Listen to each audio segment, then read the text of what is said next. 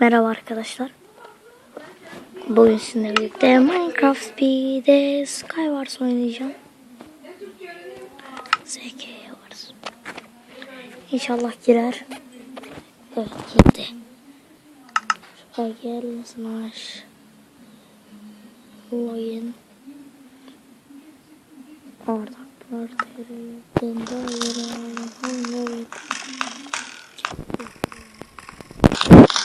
bir.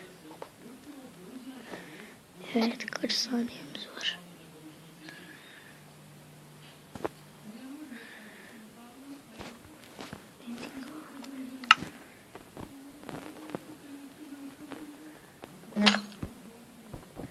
Bir saniyemiz var.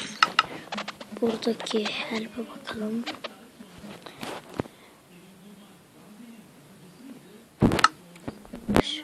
Joins.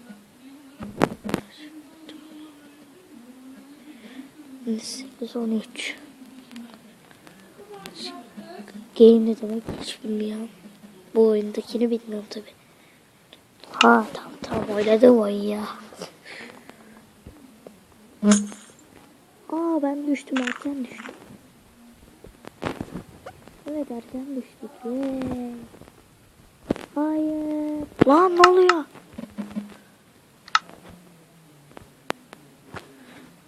Buga bak lan. Öleceğiz. Atıyor aşağıya. Evet, yüzüne 6, 5, 4, 2, 1. Başladık. Yay. Steam'imiz de var. Harika bir başlangıç yaptık. Harika şeylerimiz var. Direkt taş kılıç yapacağım. Şöyle tamamdır. Taş kılıç yapacağım. Taş kılıç. Tahtamız yok. O yüzden biraz tahta keselim hemen. Bu tahtayı da kesmesek ölebilirim. Evet. 4 tane yetiyor bize. Bir crafting table yap. Ve taş kılıcımızı da yapalım hemen. Şimdi gidelim.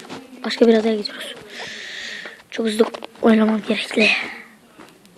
Evet, öldürürüz. Çok harika.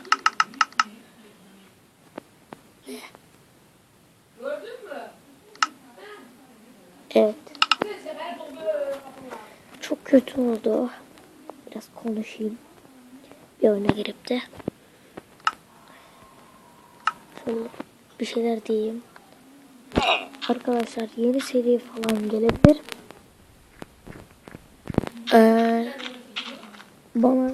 Ben Galatasaray ve Galatasaray normal. Evet arkadaşlar, böyle olacak. Yani başka ne yapabilirim ki? İnşallah güzel olur.